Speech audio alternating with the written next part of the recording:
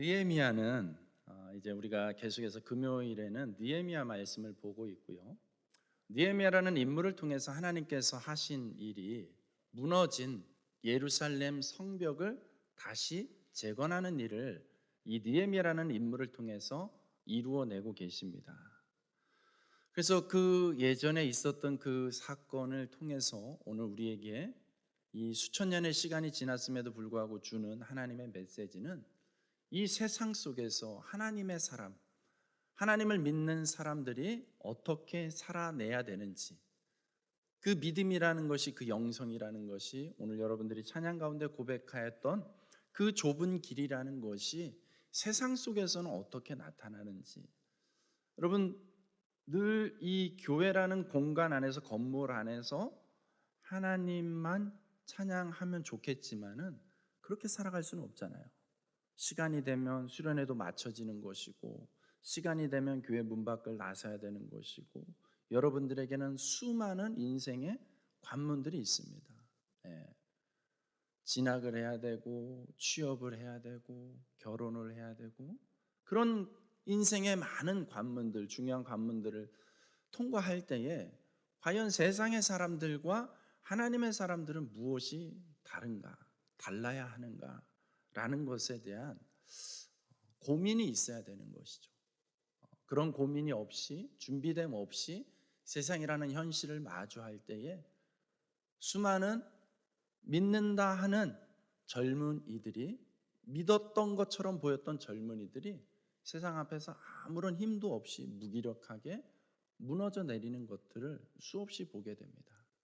그래서 이 느헤미야 말씀은 실은 우리 청년들에게 있어서 너무나 중요한 말씀이고 우리에게 주는 강력한 하나님의 메시지가 있습니다. 저는 느헤미야라는 인물을 하나의 문장으로 표현한다면 영성과 실력을 겸비한 하나님의 사람이다라고 말하고 싶어요. 느헤미야는 세상적으로도 굉장히 성공한 사람, 굉장히 고위층까지 올라갔던 사람이에요. 그렇지만 그는 늘 어떤 일들을 함에 있어서 하나님 앞에 신앙적인 자세로 임했어요. 세상적인 어떤 권력이나 자기가 쌓아놓은 어떤 지혜나 이런 것들을 앞세우기보단, 물론 그런 것들 다 쓰임 받습니다. 다 쓰임 받지만 그런 것들이 앞서기보다는 하나님을 의지하고 더 하나님께 기도하는, 그래서 영성과 실력이 함께 겸비되어진 그런 하나님의 사람이라는 것입니다. 그 인물을 통해서 하나님은 도저히 불가능해 보였던, 완전히 무너져 버린 돌 위에 돌이 하나도 남지 않은 이 예루살렘 성을 다시 재건하는 일을 맡기신 거예요. 하나님은요, 하나님의 역사나 하나님의 일은요, 하나님이 직접 하지 않으십니다. 하나님이 직접 한 거라고는 천지창조밖에 없어요. 말씀으로 천지를 창조하셨죠. 그 다음부터는 보십시오, 다 사람에게 맡기셨어요. 사람을 통해서 하나님은 일하기를 원하세요. 그게 우리가 가지고 있는 놀라운 가치입니다. 내가 무엇인데 내가 감히 어떻게 하나님의 그 위대한 일을, 하나님이 하고자 하는 일을 하겠느냐라는 것이 인간의 생각이지만 하나님은 그렇지 않아요. 성경을 통해서, 성경의 역사를 통해서 수없이 보여주고 말씀하고 들려주고 있는 거예요. 바로 너희들을 통해서 이 하나님 나라의 일을, 하나님의 뜻을 이루기 원한다는 것이죠. 여러분, 하나님의 사람으로 살아가는 그 복된 인생을 살 수 있기를 주님의 이름으로 축복합니다. 본문을 좀 더 쪼려서 집중해서 본다면, 자, 느헤미야라는 사람을 통해서 예루살렘 성이 재건되어지는 모습을 우리가 연속해서 보고 있는데, 이미지를 한번 보여주시면, 예루살렘 성 우리가 아직 가보지가 않았어요. 아니요, 다른 실사 그림. 네. 예루살렘 성을 가보지 않아가지고 예루살렘 성이 어떤 곳인지 잘 와닿지 않죠. 예루살렘 성은 저렇게 생겼습니다. 안쪽에 저기 성이 이렇게 뾰족한 모양으로 있죠. 그 옆에 이제 강처럼, 냇가처럼 이렇게 보이는데 평소에 저기에 물이 저렇게 흐르지 않아요. 평소에 저렇게 물이 있는 곳이 아니고 메마른 곳이고 그냥 이름하여서 골짜기죠. 골짜기라는 것은 무엇입니까? 땅이 움푹 파였다는 거예요. 그러니까 예루살렘 성은 언덕입니다. 언덕. 뿔쑥 솟아오른 저 땅 지형 위에 성이 저렇게 쌓여져 있어요. 그래서 예루살렘이라는 곳은 전쟁의 어떤 그 상황적으로 볼 때에도 높은 언덕에 위치해 있기 때문에 쉽게 함락되지 않는 성이었어요. 그렇기 때문에 저기에 성이 자리했겠죠. 저 성이 있고 위치해 있고 그 옆으로 이제 골짜기가 물 자국이 있다는 것은 다 골짜기라는 거예요. 절벽과 같이 여겨지는 그 골짜기예요. 저 길게 가장 진하게 보이는 넓게 보이는 저 강 건너편에 이렇게 나무들이 빼곡히 있는 것처럼 보이는 곳이 바로 겟세마네 동산이에요. 예수님께서 밤새워 기도하셨던 동산, 마지막 잡히시기 전날 밤에 기도하시면서 잡히셨던 언덕이 바로 저곳이에요. 저런 이미지를 여러분들이 머릿속에 이제 넣어 놓으시면 되겠어요. 그러면서 성경을 읽으실 때에 예루살렘 성을 나타낼 때에 그 모습들을 여러분들 그려가면서 보시면 되겠어요. 보니까는 저 성벽 안으로 집들이 형성이 되죠. 사람들이 저 성 안에 살아야지 안전하겠죠. 성벽이 없으면 어떻습니까? 그냥 벌판에서 무방비 상태가 되는 거예요. 그러니까 옛날에는 뭐 치안이 있었겠습니까? 힘 있는 사람들이 그 힘을 이용해서 빼앗고 취하면 되는 거예요. 그게 이 고대 사회의 사회적인 모습인 것이죠. 그러니까 성 안에 사느냐 성 밖에 사느냐는 엄청난 차이가 있는 것이죠. 언제든지 위험에 노출될 수 있느냐 없느냐예요. 그런데 문제는 무엇이냐면 저 성벽이 다 무너졌다는 거예요. 다 무너졌다는 거예요. 그렇기 때문에 성벽 안이라는 지역에 사는 것 같아도 전혀 안전하지가 않은 너무나 위험하고 너무나 척박한 환경 속에서 살아가고 있는 것이죠.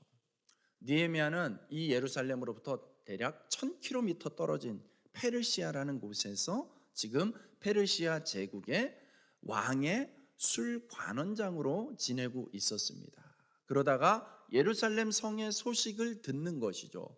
분명히 이 바사 왕 고레스에 의해서 그 고레스 왕에 의해서 야 유대인들은 다 자기네 땅으로 돌아가도 좋다라는 명령이 내려져서 1차 기환, 2차 기환까지 이루어졌어요. 그러니까 예루살렘 성으로 사람들이 돌아왔어요. 유대인들이 돌아왔어요. 돌아왔으니까 당연히 다 재건해서 복구해가지고 잘 살 것 같았는데 느헤미야에게 들려온 소식은 어떻습니까? 너무나 비참하게 자기네 동족들이 너무나 비참한 상황 속에 처해져 있다라는 소식을 듣고 느헤미야는 세상적인 자기의 출세 자리에 연연하지 않고 안정적으로 보장된 그런 자리에 연연하지 않고 예루살렘 성을 향해서 그 성벽이 재건되는 것을 위해서 기도하고 왕의 허락을 구하게 됩니다. 그게 바로 느헤미야 1장까지의 내용이에요. 그래서 1장 그 2장 앞부분까지 해서 왕의 허락을 받고 느헤미야가 드디어 예루살렘 성으로 돌아오게 됩니다. 언제까지 돌아와라 라는 그 왕의 허락을 받고 왕의 전폭적인 지지를 받죠. 그래서 왕의 호위대와 함께 돌아오게 됩니다. 느헤미야가 돌아오면은 모든 게 해결될 것 같았지만 여러분 그렇잖아요. 하나님의 사람들이 하나님의 어떤 기도할 때 응답을 받았어요. 이게 하나님의 뜻이구나 해가지고 움직이잖아요. 그러면은 마치 이 경부 고속도로처럼 시원하게 빵 뚫려 있어야 될 것 같은데 현실은 전혀 그렇지 않습니다. 느헤미야에게도 마찬가지였어요. 느헤미야가 예루살렘 성에 돌아와서 성벽 재건을 하려고 보니까는 두 가지의 큰 표면적인 문제가 있습니다. 첫 번째는 무엇입니까? 외적인 어려움이에요. 표면적인 어려움. 눈에 보이는 어려움. 그러니까 예루살렘 성 주위에 이미 자리 잡고 있었던 이스라엘 사람들, 유대인들을 대적하는 이방 족속들이 방해를 하는 것이죠. 당연하죠. 유대인들이 성을 쌓고 다시 힘을 모으기 시작하면은 그들에게는 곧 피해가 발생하니까는 당연히 대놓고 방해를 하는 것입니다. 근데 그 방해가 보통 어려웠던 게 아니죠. 그렇기 때문에 1차, 2차 왔음에도 불구하고 성벽 재건이 제대로 이루어지지 않는 거예요. 자, 그런 표면적인 당연한 문제 외에도 두 번째 내적인 문제가 있었습니다. 내적인 어려움이 있었습니다. 그러니까 백성들이 왔는데 뭘 하다가 잘 안 돼요. 자꾸 실패하는 것 같아요. 그러면 어떤 마음이 들겠습니까? 아, 이까지 실패 별거 아니야. 뭐 그렇게 한두 번은 할 수 있지만 거듭 실패하면은 여러분 사람들은 패배감, 상실감에 사로잡히죠.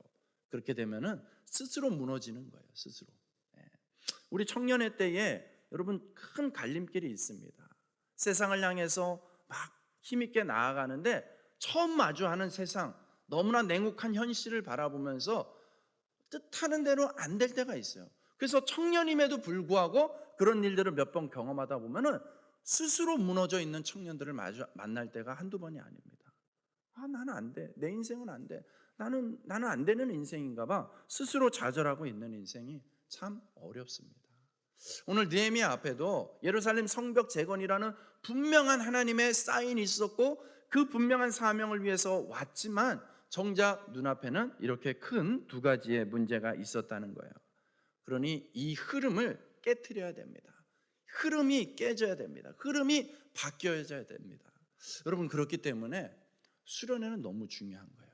수련회는 어떻습니까? 여러분 수련회는 이 2박 3일 짧은 시간이지만 집중하는 시간이에요. 집중하는 시간. 하나님과 승부를 봐야 되는 시간이에요. 여러분 그렇기 때문에 너무나 소중해서 아까 청년 아닌데도 여기 청년 끝자리에 서 계셨던 분 보이시죠?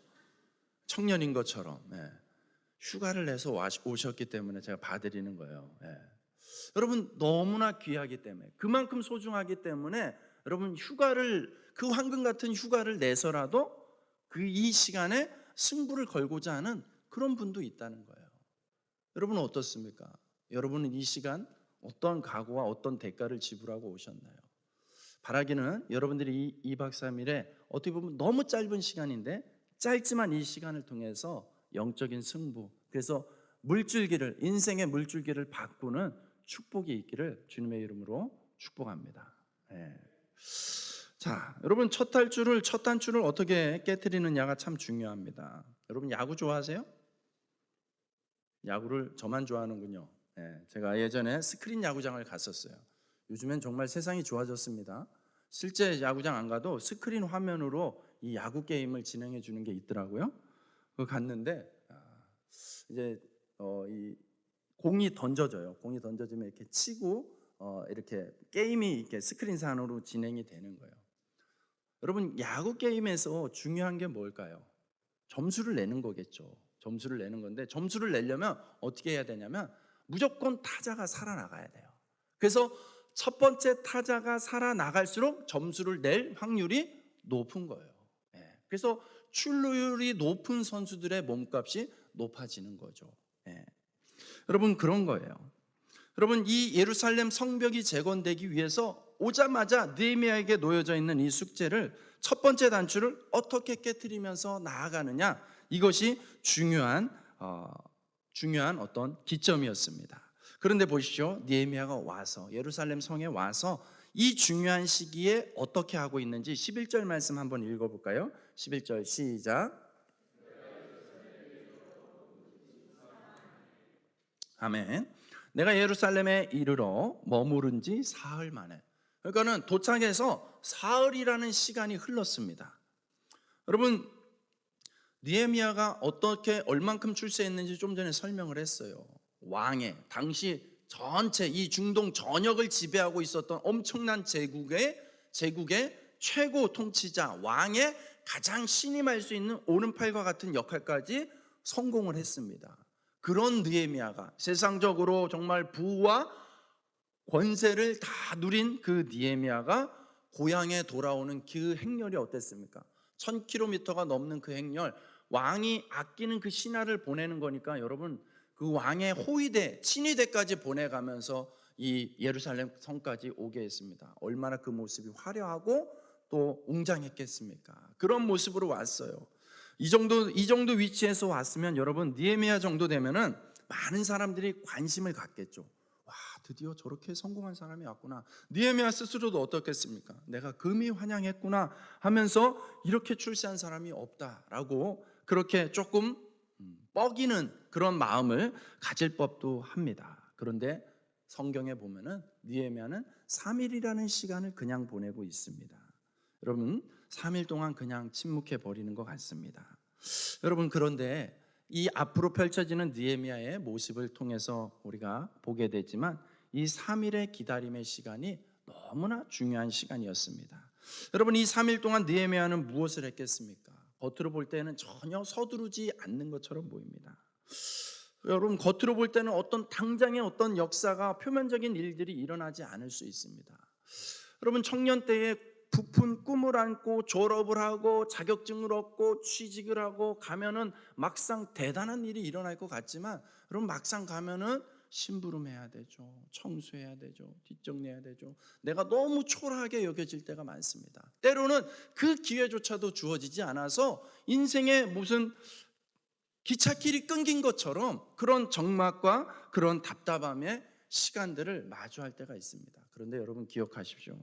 그런 시간이 결코 허튼 시간이 아니에요. 낭비되는 시간이 아니에요. 여러분, 이 하나님의 사람들, 위대한 하나님의 사람들을 보면은요, 다 저마다 그런 시간들이 있었어요. 눈에 보이지 않는 시간, 침묵하는 시간, 하염없이 기다려야 되는 시간들이 있었습니다. 중요한 것은 그 시간을 통하여서 그 시간을 어떻게 채워가느냐에 따라서 그 인생의 쓰임이, 그 인생을 통한 열매가 얼마든지 달라질 수 있다는 것입니다. 그러므로 사랑하는 우리 청년 여러분, 또 우리 성도 여러분, 여러분들의 인생 가운데 뭔가 시간이 멈춘 것 같고 흘러가지 않는 것 같고 아무런 일도 일어나지 않는 것 같은 답답함, 조급함이 생긴다면은 여러분, 오늘 느헤미야의 모습을 묵상할 수 있기 바랍니다.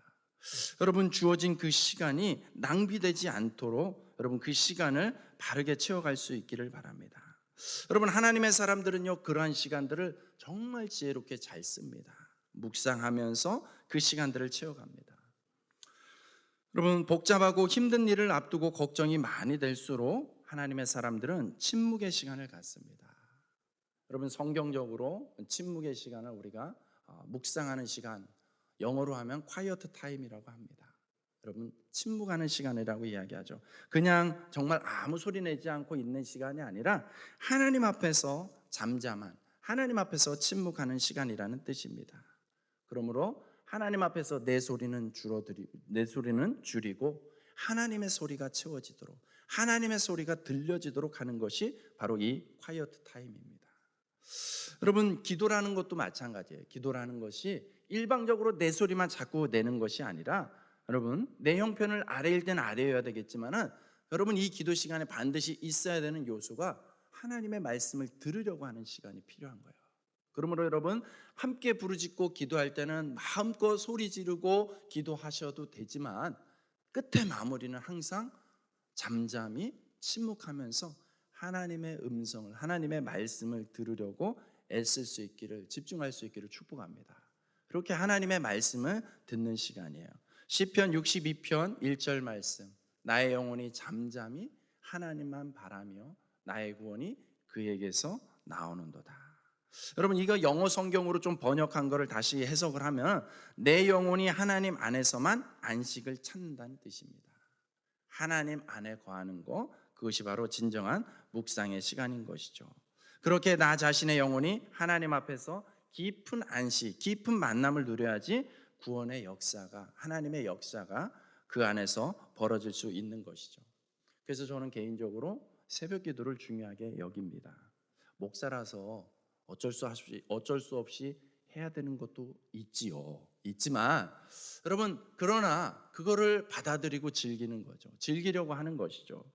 여러분, 하루 일과가 시작되면요, 굉장히 분주해집니다. 그래서 이런저런 일들이 수없이 옵니다. 전화 통화가 오고요, 뭐 불쑥불쑥 찾아오는 분들이 있고요, 또 처리해야 되는 일들이 있기 때문에 하루가 정신없이 바쁘게 흘러갑니다. 그렇기 때문에 그 일과가 시작되기 전에 반드시 시간을 떼어서 하나님과 교제하는 시간을 구별해서 가지려고 합니다. 어떤 일이 있어도 여러분이 움직이기 전에, 결정하기 전에 하나님과 교제하는 시간을 가질 수 있기를 축복합니다. 청년들에게 새벽 기도하라는 거 너무 가혹할 수 있어요. 하지만 여러분, 꼭 새벽 기도를 하라는 게 아니에요. 중요한 거는 하나님과 온전히 집중할 수 있는, 다른 일과에 방해되지 않는 그 시간 여러분 갖고 있냐라는 것을 말씀드리고 있는 거예요. 새벽이 아니어도 좋습니다. 자기 전이어도 좋아요. 자기 전에 10분, 30분이라도 떼어서 구별해서 온전히 하나님과 교제하고 집중하는 시간을 가질 수 있기 바랍니다. 그 시간을 통해서 여러분들의 인생이 달라지고 하나님이 여러분의 인생 가운데 채워주시는 놀라운 은혜가 있을 줄로 믿습니다. 그런 시간을 가졌을 때, 느헤미야가 그런 시간을 가졌을 때 하나님께서 역사하시는 모습을 보십시오. 12절 말씀 한 번 더 같이 읽겠습니다. 시작.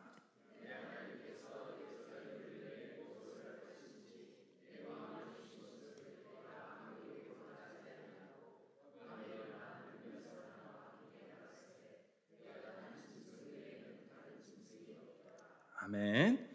여러분, 이 12절 말씀의 앞부분을 한번 보십시오. 내 하나님께서 예루살렘을 위해 무엇을 할 것인지 내 마음에 주신 것을. 그러니까 여러분, 3일 동안 느헤미야는 겉으로는 아무 일도 안 하는 것처럼 보였지만은 느헤미야는 끊임없이 기도하고 있었던 것이죠. 하나님, 상황이 이런데, 이 지경인데 무엇을 어디서부터 어떻게 시작하면 될까요? 여러분, 느헤미야가 정말 그걸 계산 못해서 그럴까요? 느헤미야 정도 되면 제국을 통치하는 일에 관여하는 사람이잖아요. 누구보다 그런 정도의 일쯤은 수없이 다루어 왔던 사람이기 때문에 자기의 지혜, 자기의 경험이 앞설 수 있는 거예요. 그렇지만 하나님 앞에서는 우리는 겸손해야 되는 거예요. 내려놓는 것이죠. 내 경험이, 내 지식이 앞서지 않도록 내려놓는 거예요. 그리고 묻는 거예요. 그렇게 물으면은 하나님께서 오늘 느헤미야에게 나타낸 것처럼 여러분, 하나님이 그 생각을 정리하게 하시고 그 경험과 지식을 잘 관리하게 하셔서 그 상황에 필요한 것들로 하나님이 재창조를 하시든지 재조합을 하시든지 아니면 새로운 아이디어를 주시든지 그렇게 하는 거예요. 그러니까 3일 동안 느헤미야는 하나님과 독대하는 시간, 하나님의 특별 과외를 받았던 시간이 되었던 것이죠. 침묵하면서 기도하니까 하나님의 성령이 임하셔서 느헤미야에게 어떻게 해야 될지에 대한 지혜, 아이디어를 주셨던 것입니다. 여러분, 그래서 저는 그 하나님과 기도하는 시간, 온전히 하나님께 집중하는 시간을 구별하는 게 중요한 이유가 그 시간에 하나님이 주시는 아이디어들이 참 많아요. 그래서 가급적이면 기도할 때 옆에 메모할 수 있는 무언가를 가지고 있어요. 요즘은 뭐 핸드폰이 있으니까 핸드폰으로 쓰셔도 되고, 저는 이제 아이패드나 이런 태블릿 같은 거를 쓰기도 하고 곁에 두고 메모를 하려고 합니다. 그래서 하나님이 주시는 그 아이디어들이 날아가지 않도록 그렇게 붙잡는 지혜가 필요한 것이죠. 여러분, 또 보세요. 하나님께서 내 마음에 주신 것을 내가 아무에게도 말하지 아니하고. 여러분, 이 말이 굉장히 중요합니다. 느헤미야는 하나님의 음성을 듣고도 함부로 광고하지 않았다는 거예요. 함부로 가볍게 여기지 않았다는 것이죠. 여러분, 가끔 이 목회를 하다 보면 교회 안에 그런 분들이 있어요. 하나님의 음성을 들었다고 말하는 분들이 있습니다. 얼마든지 들을 수 있습니다. 여러분들이 하나님의 음성을 들으면서 신앙생활을 할 수 있습니다. 하나님의 음성을 들었다는 건 대단한 것이죠. 그런데 한편으로는 굉장히 조심스럽습니다. 진짜 하나님의 음성을 들은 사람들은 보통은 잘 말하지 않습니다. 왜냐하면 하나님이 시시한 이야기 하지 않거든요. 하나님이 말씀하셨을 때, 하나님이 특별히 그 사람에게 찾아와서 어떤 말씀, 이게 하나님 말씀이다라고 하셨을 때 그 내용은 결코 가벼울 리가 없거든요. 그렇기 때문에 여러분, 그 말씀, 그 무거운 말씀이기 때문에 함부로 사람들에게 막 이야기하면서 휘발유 날아가듯이 그렇게 날려버리지 않는다는 거예요. 여러분, 귀한 것이기 때문에 더 소중하게 여기는 것이죠. 사도 바울을 보십시오. 사도 바울은요, 살아있을 때 3층천까지 갔다 왔습니다. 하지만 3층천에 가서 본 것을 절대로 끝까지 이야기하지 않았습니다. 여러분, 그런 거죠. 하나님의 메시지 앞에서 그것을 중하게, 무겁게 받아들이는 자세가 또 필요한 것이죠. 느헤미야가 그 하나님의 말씀을 듣고 그 지혜를 깨닫고 이제 나아가서 현장을 파악합니다. 여러분, 새로 부임한 리더에게 그 현장을 파악하는 건 너무나 중요합니다. 그래서 보통 선교사님들이 선교지에 가잖아요. 그러면 초기 초기 한 4년에서 5년 정도는 선교 1차 선교 기간이라고 이야기를 해요. 그래서 이 1차 선교 기간에는요, 웬만하면 사역을 펼치지 않는 게 암묵적 룰이에요. 왜 그럴까요? 먼저 내가 앞서지 않고 먼저 그곳의 문화, 그곳의 상황, 그곳의 환경을 배우는 자세가 중요하기 때문에 그런 것이죠. 여러분, 여기에 지혜가 있는 거예요. 여러분, 개인적으로 적용을 해봐도 그렇죠. 우리 안에 무엇이 있는지, 내 안에 어떤 히스토리가 있는지를 아는 사람과 모르는 사람은 당연히 방향성이, 자세가 달라집니다. 여러분은 여러분 안에 어떤 강점이 있고 어떤 약점이 있는지 알고 계시나요? 그걸 알려고 해야 돼요. 그래서 하나님이 나에게 어떤 달란트를 주셨는지를 그걸 선명하게 알면 알수록 당연히 그것을 마음껏 쓸 수 있는 것이죠. 여러분, 또 그러면은 이렇게 이야기하면 또 혹시 속으로 그런 생각하는 분이 있을지 몰라요. 하나님이 나한테는 안 주셨는데요. 여러분, 달란트를, 강점을 안 준 인생은 한 명도 없습니다. 하나님이 모든 인생에게 저마다의 달란트를 다 주셨습니다. 그것을 아느냐 모르냐의 차이예요. 그래서 아는 방법은 무엇이겠습니까? 첫 번째는 하나님께 물어야 되죠. 두 번째는요, 테스트 해봐야 되죠. 나에게 하나님이 이런 달란트를, 어떤 달란트를 주셨는지 그걸 사용해 봐야죠. 테스트를 해봐야 되죠. 그러면서 우리 알아갈 수 있는 거예요. 여러분, 느헤미야는 이 예루살렘 성에 와서 해야 되는 이곳의 상황을 열심히 파악합니다. 그래서 13절에서 15절까지의 말씀에 보면은 느헤미야가 밤에 몰래, 사람들 몰래 이렇게 돌아다니죠. 골짜기 문, 분문, 샘문, 왕의 못, 이런 명칭들이 있는데, 이미지를 하나 더 보여주시면, 아까 첫 번째 보여줬던 거 보여주시면, 좀 글씨가 조금 보이는지 모르겠습니다. 저게 이제 평면도죠. 예루살렘 성에는 저렇게 성벽이 있고요, 그 중간중간쯤에 문들이 있습니다. 사람들이 출입할 수 있는 문들이죠. 그래서 그 문마다의 어떤 용도가 있는 거죠. 아무 문이나 다 같은 문이 아니고, 어떤 문은 골짜기로 나가는 문, 어떤 문은 분문이라는 것은 무엇이냐면 이제 그 뭐라고 해야 되냐, 이 분비물을 버리는 것이죠. 지저분한 것을 버리는 것이죠. 그런 것들이 있고, 샘문도 있고요, 마문도 있습니다. 말을 타고 이동하는 그런 문도 있고, 그런 문들이 있어요. 이런 것들을 구간마다 지금 느헤미야가 하나씩 하나씩 살펴보고 있다라는 것이에요. 어디가 얼마나 무너졌는지, 회파됐는지, 그런 것들을 보는 것이죠. 여러분, 느헤미야가 낮에 움직였다고요? 밤에 움직였다고요? 밤에 움직였습니다. 여러분, 이 당시에는 성능 좋은 후레쉬가 있었겠습니까? 전혀 그렇지 않았겠죠. 여러분, 그 횃불을 조심스럽게 불을 밝히면서 구석구석 다니는 것이죠. 그러다가 길이 끊긴 데를 보면 돌아서 이렇게 살펴보면서 열심히 부지런히 살피는 것을 보여주고 있습니다. 여러분, 이게 바로 기도하는 사람의 모습이에요. 여러분, 기도하는 사람은 교회에서만 기도하지 않습니다. 기도하는 사람은 삶 가운데서 기도하는 사람이에요. 삶 가운데서 치열하게 자기의 삶을 준비하고 실력을 준비하는 사람이 진짜 기도하는 사람이죠. 영성은 말로만 이루어지는 것이 영성이 아니라, 영성은 삶의 현장 가운데서 치열하게 실력을 갈고 닦는 것 또한 영성의 한 중요한 축이 되는 것이죠. 그러므로 여러분, 기도한다라는 것은 그렇게 준비하는 모습인 것이죠. 우리 청년들을 향한 담임 목사로서의 바람은 청년들이 비전을 많이 품었으면 좋겠습니다.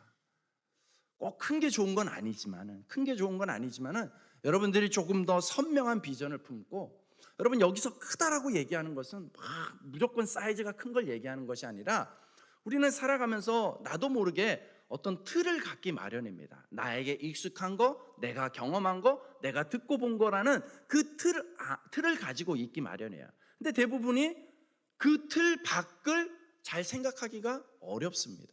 그 사람은 누구나 그렇습니다. 그렇기 때문에 여러분들이 그 틀을 깨트리는 그러한 자세를 갖기를 원하는 것이죠. 그 틀을 벗어난다라는 차원의 큰 비전을 얘기하는 거예요. 내가 경험한 게 전부가 아니고, 내가 보고 들은 게 전부가 아니고, 여러분, 그 이상의 더 넓은 세계가 있다라는 것을 여러분들이 좀 비전의 눈을 가지고 볼 수 있기 바랍니다.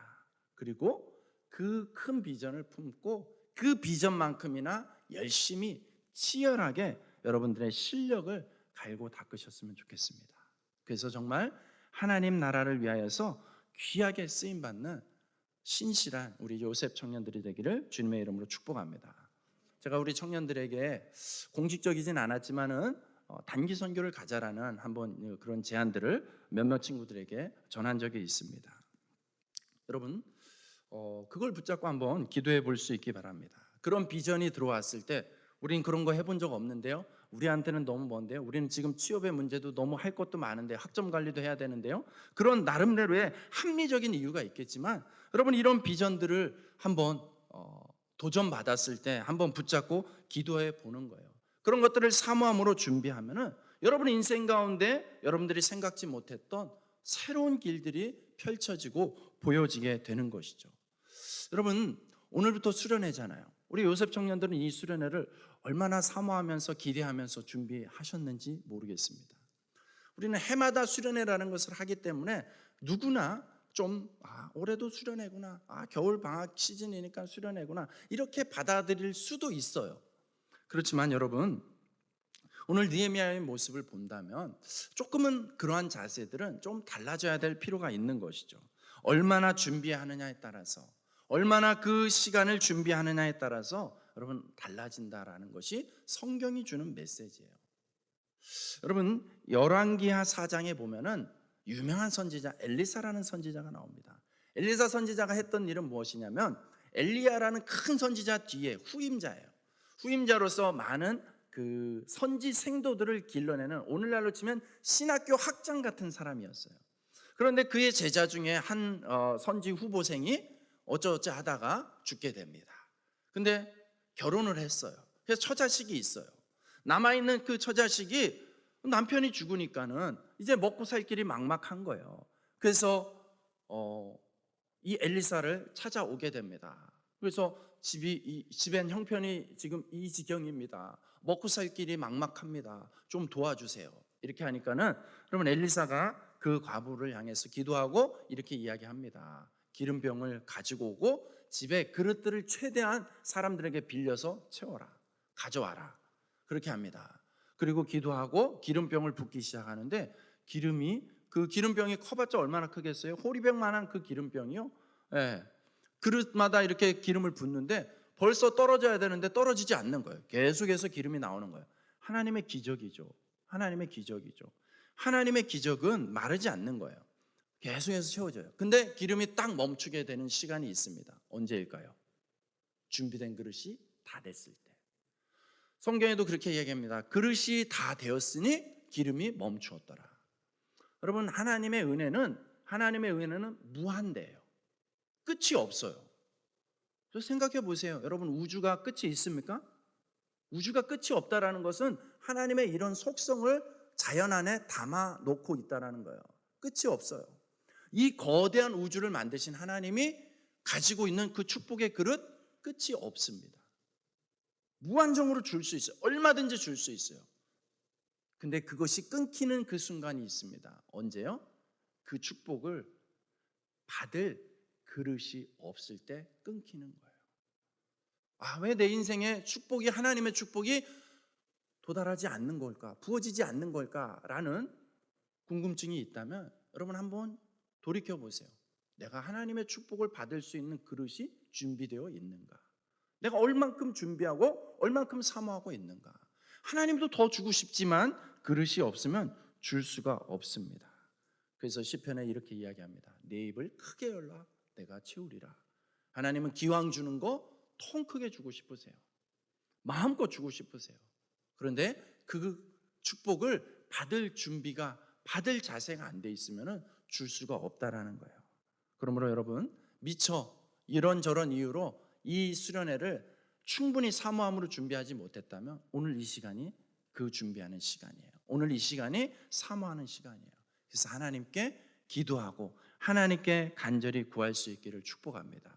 사모하는 만큼 구하는 만큼 하나님을 만나고 풍성한 하나님을 경험하는 은혜가 있을 줄로 믿습니다. 16절 말씀을 한번 읽어볼까요? 시작.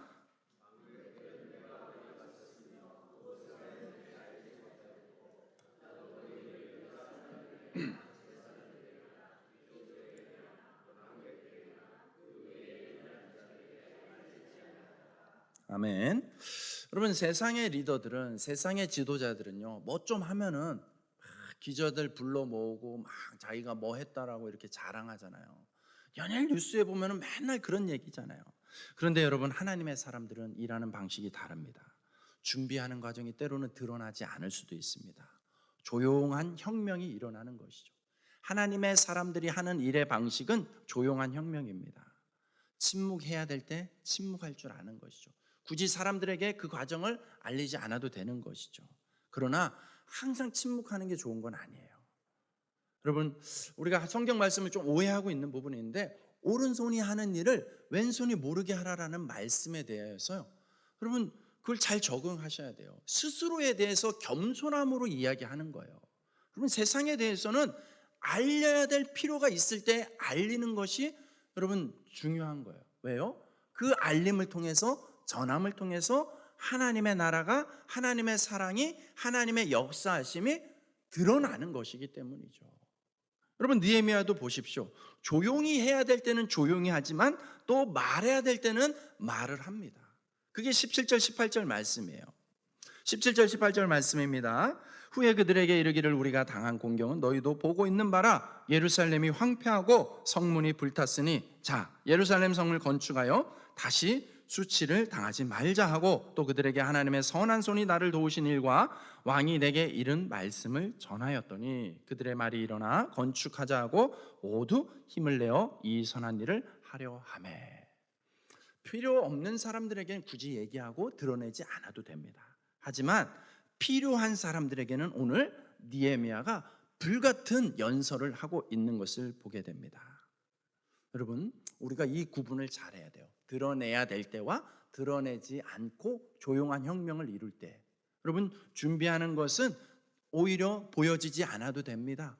조용히 침묵하면서 준비하면 됩니다. 그러나 그것이 늘 감추어지지 않습니다. 늘 빛 가운데서 때가 되면은 드러나고 밝혀지게 되는 것이죠. 느헤미야가 오늘 백성들을 향해서, 예루살렘 백성들을 향해서 하는 이야기를 보십시오. 그냥 무조건 다 잘 될 거야, 핑크빛 얘기만 하고 있지 않습니다. 냉정하게 현실에 대해서 꼬집어 얘기하고 있습니다. 왜 이럴 수 있습니까? 부지런히 열심히 준비했으니까, 조사했으니까요. 여러분, 그래서 하나님의 사람들에게는 그 실력을 갈고 닦고 준비하는 것이 중요한 것이죠. 지금 상황이 어렵다, 우리가 당한 공경은 너희도 다 아는 바다, 이렇게 이야기합니다. 예루살렘이 황폐하고 성문이 불탔고 어디가 이만큼으로, 이 지경으로 망가졌다라는 것을 이야기합니다. 그런데 중요한 것은 무엇이냐면 현실을 직시하는 것, 현실을 그대로 바라보고 그대로 바라보는 거 중요하지만 하나님의 사람들은 현실에만 갇혀있지 않다라는 거예요. 현실에만 갇혀있지 않습니다. 여러분, 문제를 인정하지만 문제만 인정하는 것이 아니라 문제보다 더 큰, 상황보다 더 큰 하나님을 더 신뢰하는 것이 하나님의 사람의 모습인 줄로 믿습니다. 당연히 세상을 살아가는 것이 만만치 않습니다. 너무나 치열합니다. 너무나 경쟁이 심합니다. 웬만한 실력 가지고는 이제는 명함도 못 내미는 치열한 세상입니다. 사람과 경쟁하는 것도 모질라서 이제는 컴퓨터하고도 경쟁해야 되고 AI라는 이상한 놈이 나타나가지고 또 힘들게 하고 있지 않습니까? 그들과 경쟁해야 돼요. 얼마나 갈수록 치열해지는지 모릅니다. 환경은 이렇습니다. 그러니 여러분, 잘 목도하셔야 돼요.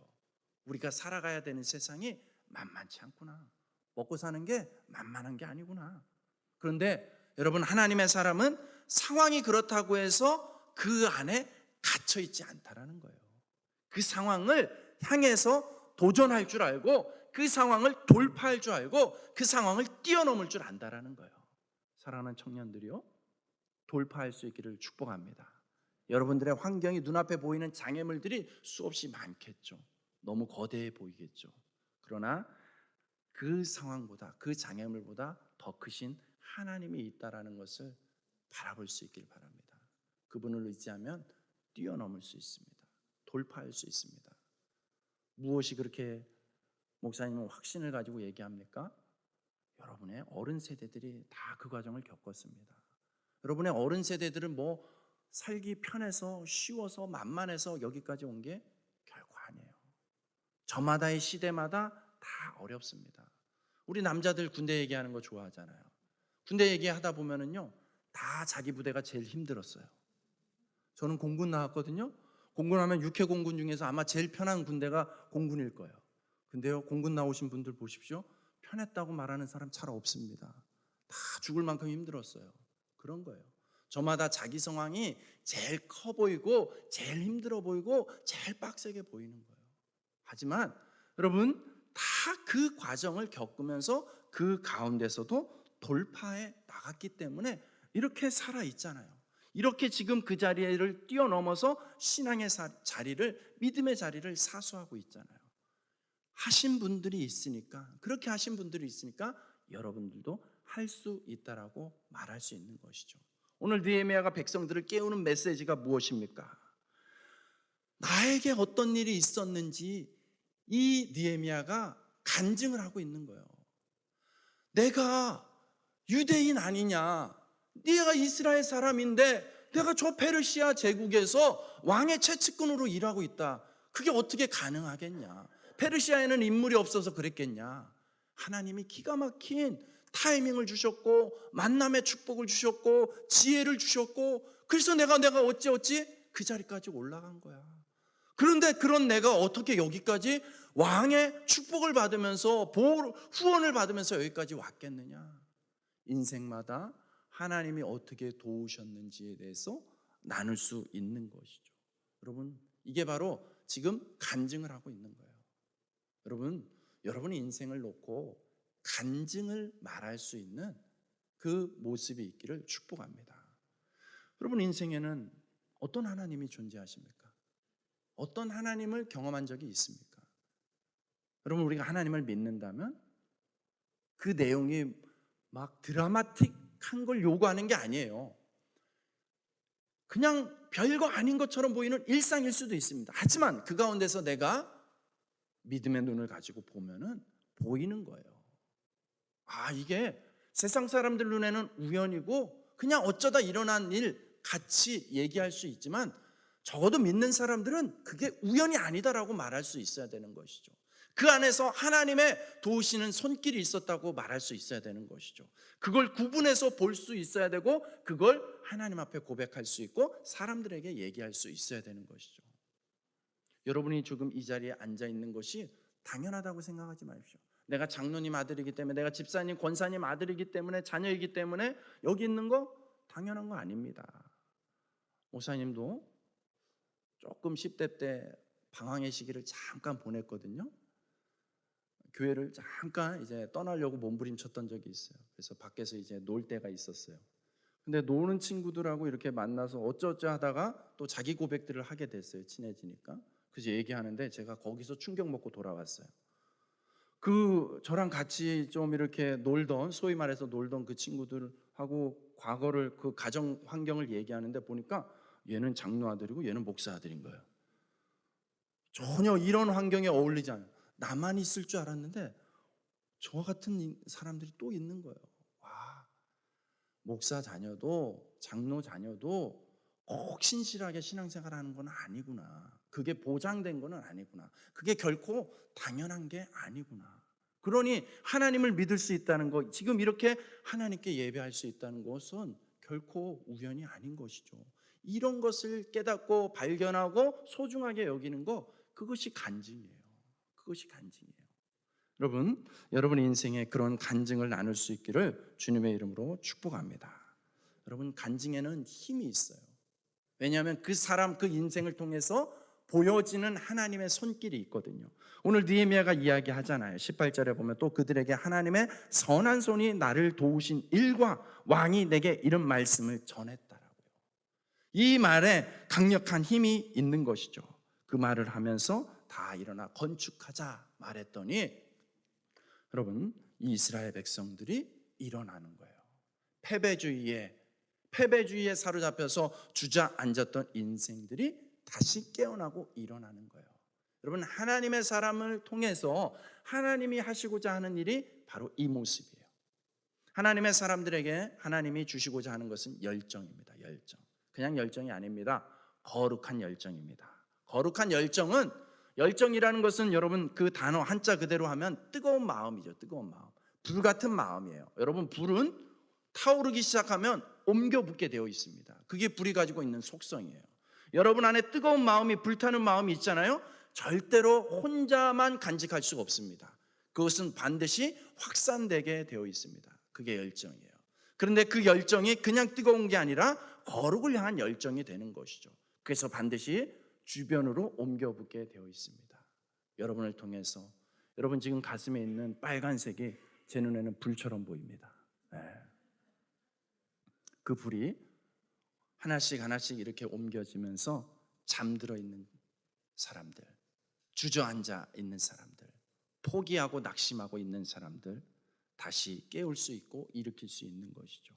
하나님의 사람들을 통해서 하나님이 이 땅을 땅끝까지 이르러서 내 증인이 되라는, 이 땅끝까지 이르러 하나님 나라가 확장되는 역사는 바로 이러한 모습으로 확산되어지고 확장되어지는 것인 줄로 믿습니다. 네.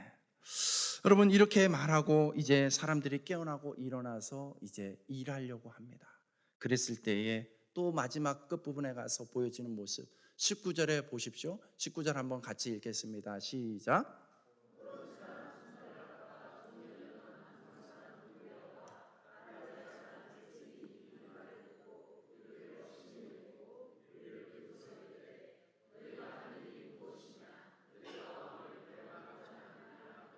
아멘. 여러분, 이렇게 느헤미야라는 사람을 통해서 열정의 불이 옮겨 붙었고요. 막 그래 우리 한번 해보자.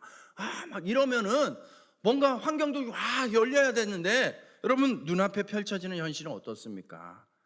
대적들이 더 성하죠. 더 난리를 칩니다. 항상 그렇습니다. 부흥은 그래서 쉽게 오는 것이 아니죠. 반드시 통과해야 되는 장애물이 있는 것이죠.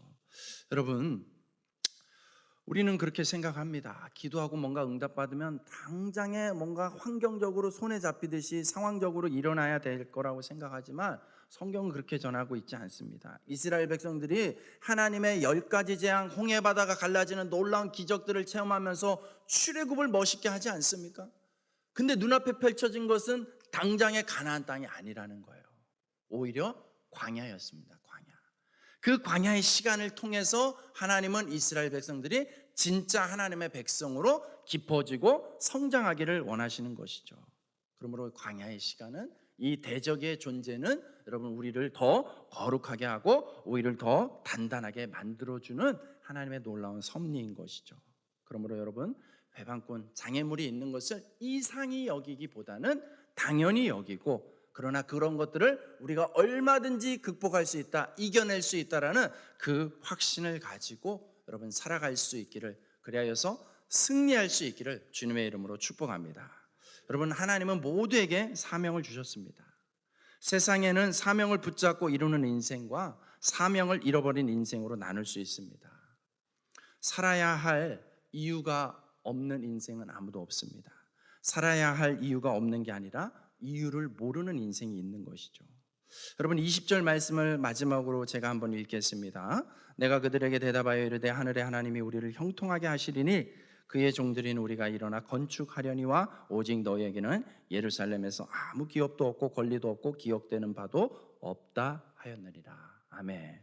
보십시오. 하나님이 우리를 형통하게 하신다고 얘기했잖아요. 형통이라는 것은 고속도로가 놓이는 게 형통이 아니라 장애물이 있지만 그 장애물을 뛰어넘을 수 있는 은혜가 있다라는 게 형통입니다. 하나님이 함께 하시는 것이 형통인 것이죠. 그 하나님의 함께 하심을 통하여서 여러분 어떻습니까? 그 예루살렘 성이 다시 재건되는 거예요. 재건될 때에 여러분 어떤 부류가 남습니까? 오직 너희에게는 회방하고 조롱하고 비난하기 좋아하는 너희에게는 예루살렘에서 아무 기업도 없고 권리도 없고 기억되는 바도 없다 하였느니라. 여러분, 예루살렘 성은 반드시 재건되는 거예요. 왜냐하면 하나님이 작정하신 거니까 반드시 재건돼요. 근데 하나님이 그 예루살렘 성이 재건될 때에 하나님이 부르시는 인생이 있거든요.